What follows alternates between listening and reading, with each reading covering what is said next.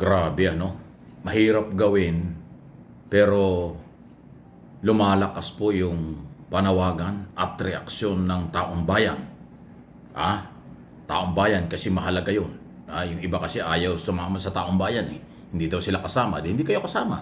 Yung taong bayan lang matitino ang aking binabanggit. Na ang panawagan nila, abolish. I-abolish na raw ang Senado. Grabe ano. Parang wala na talaga silang tiwala, nawala na ng tiwala mga kaibigan. Yan ang masamang epekto ng mga pinaggagawa ng ibang mga senador na nag-archive doon sa kaso ni Sara Duterte na impeachment sa halip na maghintay sa final decision ng Supreme Court ay hindi ginawa. Pangalawa, ang gusto talaga nila dismissal without trial. Napaka-unfair sa mga mamamayang Pilipinong may-ari ng pera dun sa 612 milyong tinatanong sa Office of the Vice President at yung iba pang posibleng kasalanan niya. Kaya sabi ko, dumadami pero mahirap gawin kasi po ang pag-abolish sa Senado hindi ganong kadali.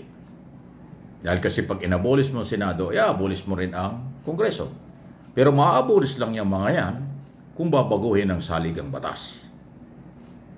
Kung mangyayari yung sinasabi ko na revolutionary government, dahil ito legal naman yun, baguhin, isara ang lahat ng mga opisinang hindi kailangan at lagyan ng OIC o acting ang maghahawak, tapos gumawa ng bagong saligang batas, alisin na yung presidential system of government, magpunta na tayo sa federal o parliamentary system, mawawala yung mga yan. Ganun po ang kahirap, ganun kung katagal, hindi ganun kadali. Pero hindi mo masisi ang mga tao dahil dismayado, nagalit, nawalan ng gana, nawalan na rin ng respeto siguro sa ilang mga senador o sa nakakaraming mga senador sa ngayon. Kasi ibang-iba na po ang Senado ngayon kumpara doon sa mga senador at senado ng nakalipas na mga panahon.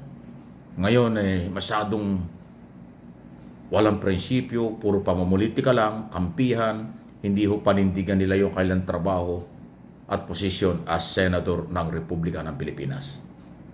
Mataas na posisyon, mataas na kalidad dapat ang kailang ginagawa. Ngayon kampihan, kaya ho nasira sila. Okay? Sunod na ating pag-usapan, Tito Soto, Marcoleta sa debate. Ito. Yung debate. Kasi marami naka-observe ro na si Tito Soto, yung kanyang pagiging veteranong senador, lumutang kung paano siya makipagdebate sa plenaryo. Komparado sa bagong senador, pero dating congressman na si Marcoleta. Abogado lang siya.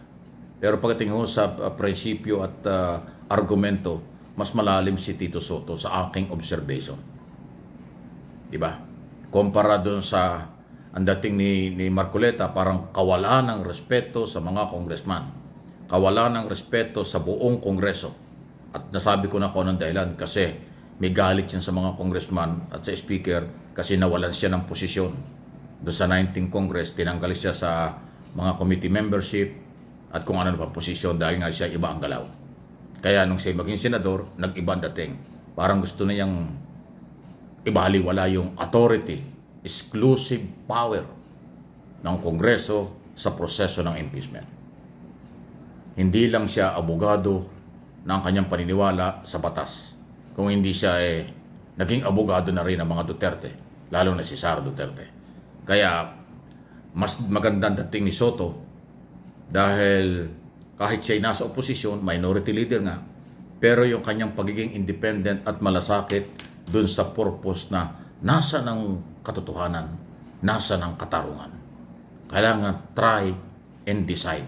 Gawin natin ang constitutional duty ng mga senador. Hindi. Ayaw ho talaga Nanaig po yung paninindigan ni Marcoleta at sinuportahan ng majority ng mga senador kaya ho nagkaganon. Anyway, malaya po kayo makapag-comment tungkol dyan. Kayo ba isang ayon doon? Mas mahusay si Soto makapagdebate. Mas neutral si Soto kaysa sa kay Marcoleta. Ayun. Okay? Eto na naman. Hindi talaga mawawala ito Sara Duterte. Talaga siya. Alam mo na, kailan mo mawawala sa usapan yung mga Duterte?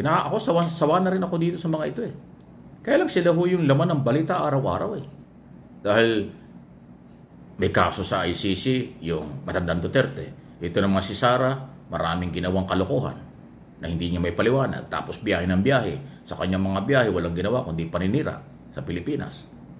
Yung ibang kapatid niya, iba rin kung magsalita. Duterte rin. Di ba? Nakita mo naman yung isa, nagkamunod-suntukan. O nung labanan, nawala naman. Tumakas naman. Kaya, sa totoo lang, kung nagsasawa ang mga kababayan na puro Duterte, ako ganoon din. Kung meron lang ibang istorya, talagang hindi ko na pinapansin ito eh. Kaya lang, sila po ay mga opisyal ng gobyerno, congressman, mayor, vice president, at dating pangulo, ay talagang sila yung laman ng usapan. Kasi sinasabi, oh Mike, puro ka naman Duterte, abay natural.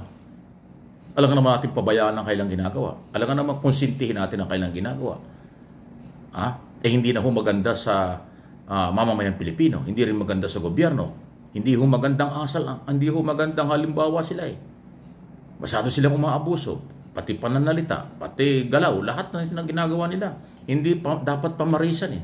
Kaya siya napapag-usapan. Pero kung sila yung matino, sumusuporta sa gobyerno, rumirespeto sa ating gobyerno, rumirespeto sa karapatan ng iba, nirerespeto ang Kongreso at Senado, ay wala tayong problema. Hindi kailangan pag-usapan niya.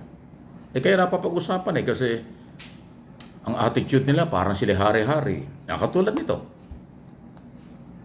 Next week yata o anytime itong month na ito, pag-uusapan na yung budget ng buong gobyerno for 2026. Iimbitahan naman ang Office of the Vice President yan, pati si Sara, para ipaliwanag saan ginamit ang pera ngayong taong ito at saan gagamitin ang perang hinihingi niya para sa 2026. Budget deliberation yan, budget hearing yan. Obligado na naman siyang humarap. O, haharap ba siya? Makikipag-ugnayan ba siya? O katulad ng mga nakaraan na para bang siya pa yung siga? Hindi na nga sumasagot ng matino sa mga congressman, ayaw respeto and aid of legislation at budget deliberation, baka ito mangyari, aabangan na natin ito. Pag isinalang ang budget ng Office of the Vice President, siya na naman ang magpapaliwanag dito kung anong gagawin niya, kung saan gagamitin ang pera at magkano ang inihiling. Kasi ngayon, kung di ako kakamali, parang parehas lata, kaunti lang ang diferensya ditong budget for 2025 at 2026. Pero kahit na magkaano man yan, ipapaliwanag pa rin niya saan mo ginamit at saan mo gagamitin. Yan naman ang tanong, paulit-ulit lang. Hindi naman talaga pwedeng hindi itatanong yan. Kasi merong authority ang congressman at mga senador alamin ang budget bago aproban. Yan ang trabaho nila. Kaya nga si Sara, haharap na naman sa committee hearing. Maliban kung matuloy ang impeachment, ma-impeach na siya, hindi na siya kailangan marap. Kasi pag na-impeach ka, tanggal ka na. Wala ka ng authority sa gobyerno. Ngayon, kung hindi siya ma-impeach, mauobliga siya magpaliwanag tungkol doon sa kanyang hinihinging budget na kasama siya ng buong executive department para sa proposed budget ng national government para sa 2026. Next year na yun. Ngayon, tatalakayin na. Actually, next week nga, isusumite na yung libro ng proposed budget ng buong gobyerno kasama ang Office of the Vice President. Abangan na natin. Magtatataray na naman ba siya ron? Magdadrama na naman ba? O sasagot na ng matino? Abangan natin kung ano mangyayari. Yan ang totoo. Please like, share, subscribe, and follow.